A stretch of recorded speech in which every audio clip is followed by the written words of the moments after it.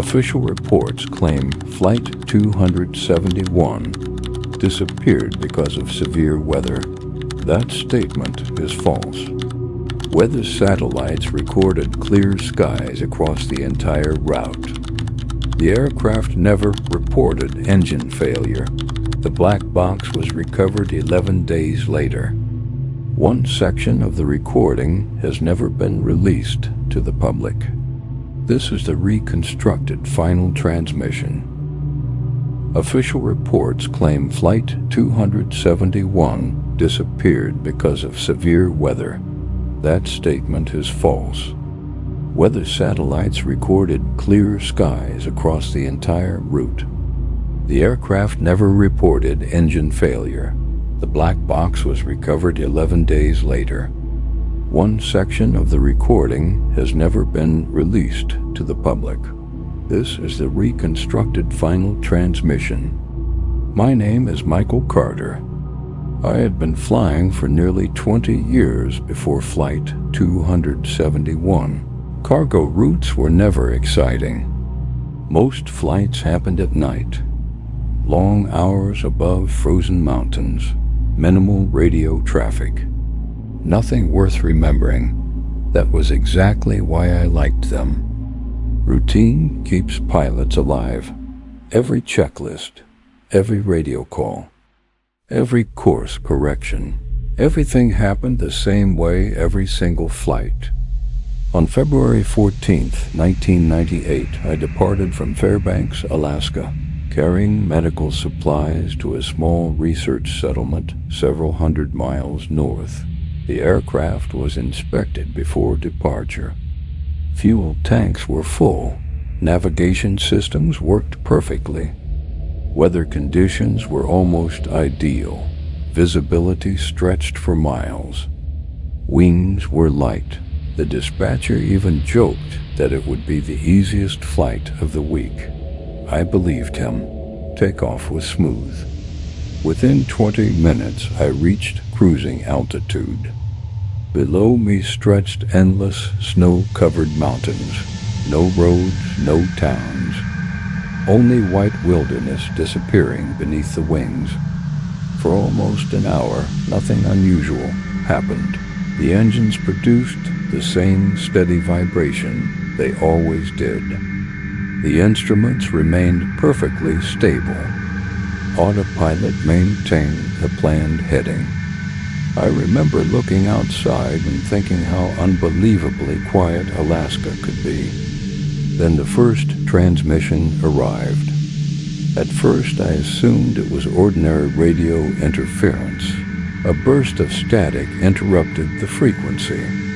That wasn't unusual in remote regions. But then I heard a voice, weak, calm, perfectly clear. Flight 271, turn 2 degrees north. I immediately reached for the radio, Fairbanks control. Confirm last transmission. Static answered first. Then the controller replied, Flight 271, we did not transmit any course correction. Maintain current heading. I checked every instrument. Everything looked normal. Maybe another aircraft had accidentally crossed frequencies. It happened occasionally. I ignored it. 5 minutes later, the voice returned. Exactly the same tone. No emotion. No urgency. Flight 271. Turn 2 degrees north. This time I answered immediately. Identify yourself. No response. Only silence. The controller interrupted again. Flight 271. Who are you talking to? I looked at the radio, then outside. Nothing. No aircraft. No lights. No radar targets. Only empty sky. Fairbanks control. I'm receiving another transmission. Male voice. Unknown source. There was a long pause before the controller answered.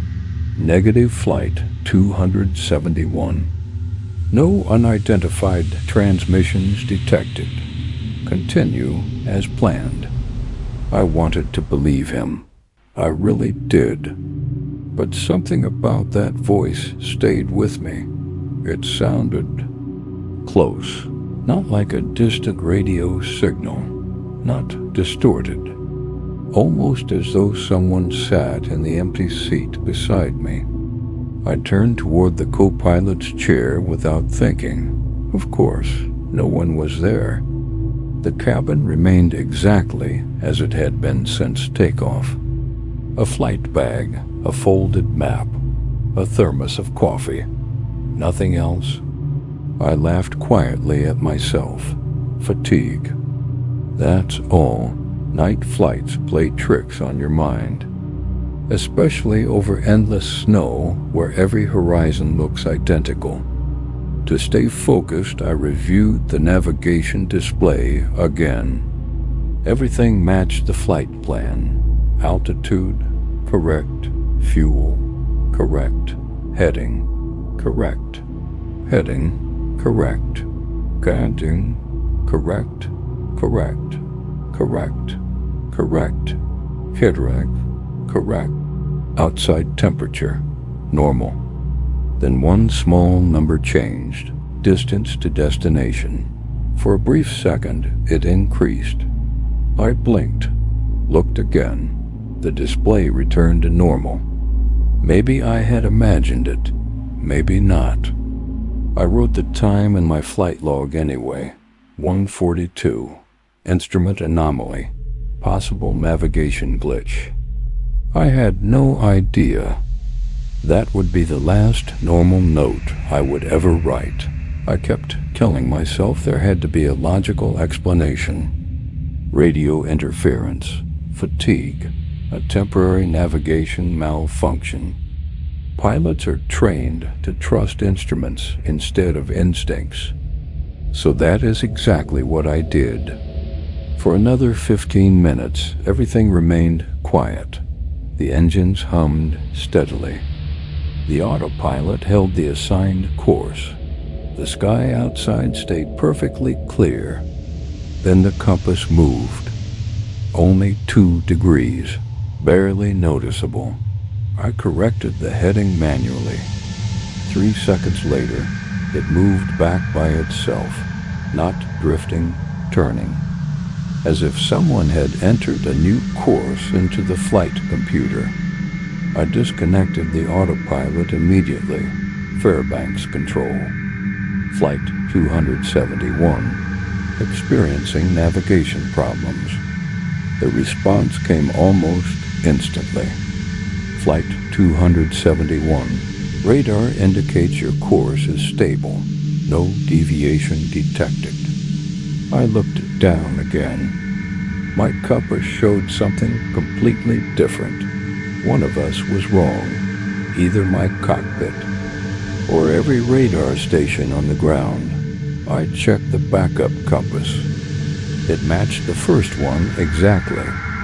Both pointed 2 degrees farther north than my flight plan. That was impossible. 2 independent systems almost never failed in exactly the same way. The cabin suddenly became colder. Not freezing, just enough that I noticed my breath against the cockpit window. I checked the environmental controls. Everything was normal. Then the voice returned. Flight 271. You're almost here. This time I froze. Not because of what it said, but because it no longer sounded like a radio transmission. It sounded clear, natural, as if someone were speaking inside the cockpit. I switched every radio off. Communication panel. Emergency frequency.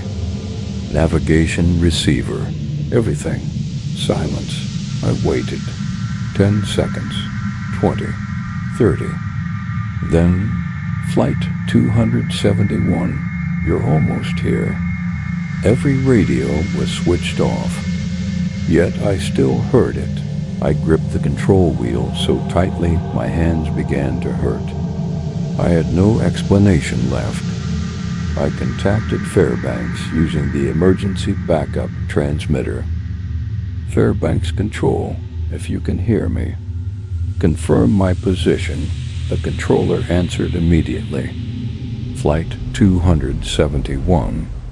Your transponder places you 30 miles west of your planned route. Correct immediately. 30 miles. That made no sense. My instruments insisted I was exactly where I should be. Fuel consumption matched the original flight plan. Flight time matched the original flight plan. Nothing suggested a deviation. I looked outside. The mountains below looked unfamiliar. Sharp black peaks surrounded by endless snow. No lights, no roads, no signs of civilization. Then I noticed something impossible. Far ahead, a row of runway lights, perfectly aligned, stretching through the darkness. My destination did not have runway lights. It had a gravel strip with portable lamps. These lights looked enormous, like those of an international airport. Fairbanks Control. I have visual contact with an airfield. There was silence. Then the controller answered. Negative Flight 271. There are no airports within 300 miles of your current position. I stared through the windshield. The lights were still there, steady, bright, waiting. The voice spoke again. You're cleared to land. No radio static, no distortion, just those 4 words.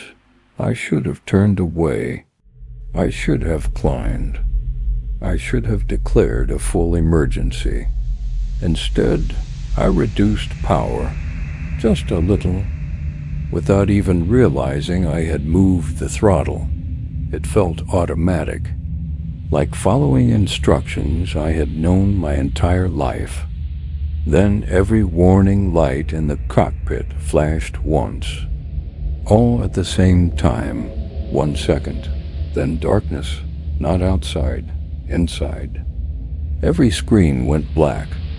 Every instrument died. The engines kept running. But the cockpit became nothing more than a silent shell flying through the night. For 3 long seconds, I had absolutely nothing. No altitude, no speed, no heading, nothing. Then every display turned back on, perfectly normal, except for one thing. The destination field no longer showed the research station. It displayed only 2 words, arrival confirmed. I had never seen that message before, and I knew deep inside something had already gone terribly wrong. I wish I could tell you I fought whatever was happening. I wish I could say I turned the aircraft around. I didn't. The runway lights grew larger with every passing second. Everything about them looked real.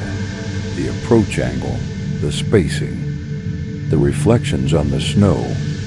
It looked exactly like every airport I had landed at before. Yet one question kept repeating inside my head. If this airport exists, why doesn't anyone know about it? Fairbanks Control called again. Flight 271, respond immediately. Your altitude is dropping rapidly. Pull up now. I answered without taking my eyes off the runway. I have the airport in sight. Requesting landing clearance. The controller's voice changed. It wasn't calm anymore. Flight 271, there is no airport. Repeat, there is no airport. Abort immediately. I looked outside again. The lights were still there, but something felt wrong. There were no buildings, no control tower, no parked aircraft. Only the runway, standing completely alone in the middle of endless frozen mountains. No airport could exist like that. Then I noticed movement. Someone was standing beside the runway, just one figure. Perfectly still, no vehicle, no flashlight, no reflective clothing. Just a dark silhouette, watching, waiting. I lowered the aircraft another 200 feet. The closer I came, the less human the figure appeared. Its proportions felt wrong. Too tall, too thin. Its arms hung unusually low. Almost reaching its knees, I blinked once. It disappeared, not walked away, not hidden, gone. At that exact moment, every warning alarm activated. Terrain. Pull up.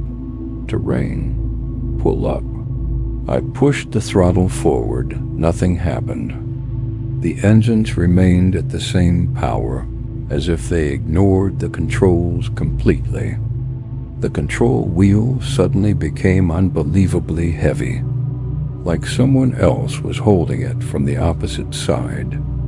Fairbanks Control shouted through the radio, "Climb immediately, climb immediately.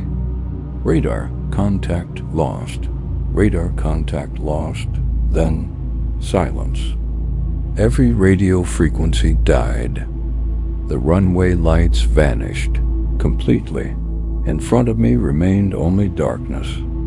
I pulled back with every bit of strength I had. The aircraft finally responded. The nose climbed sharply. Seconds later, the ground warning stopped. I was alive, breathing heavily, completely alone. Every instrument slowly returned to normal. The navigation computer recalculated my route. As if nothing had happened. No airport, no runway, no mysterious signal. Only frozen mountains beneath the aircraft. I diverted to the nearest military airfield. After landing, 3 officials were already waiting beside the aircraft. None introduced themselves. None wore airline uniforms. One of them asked me only one question. "Did you land?" I answered, "No." He looked at the other 2 men, then nodded quietly. They removed the cockpit voice recorder, the flight data recorder, even my handwritten flight log. I never saw any of them again. 2 days later, I was instructed to undergo psychological evaluation. The report concluded that I had experienced fatigue combined with spatial disorientation. My pilot's license was suspended during the investigation. 6 months later, the investigation officially ended.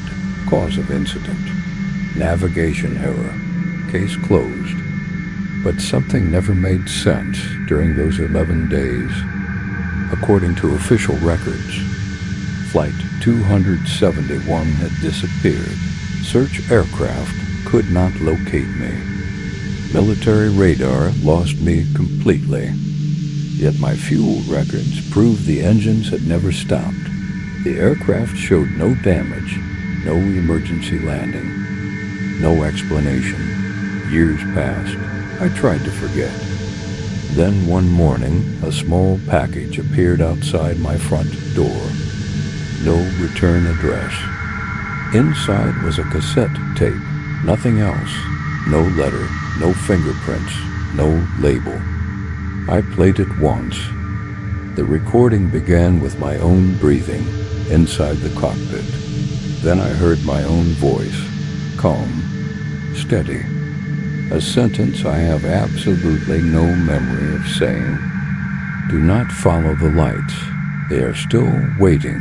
The tape ended. I have never played it again. If this recording reaches anyone, if Flight 271 is ever mentioned again, remember only one thing. Sometimes the safest route is the one you never leave. Classified UFO files. File 03. Status: unsolved. Flight 271. Crew: missing. Official explanation, weather failure. Recovered audio, classified. Case remains open.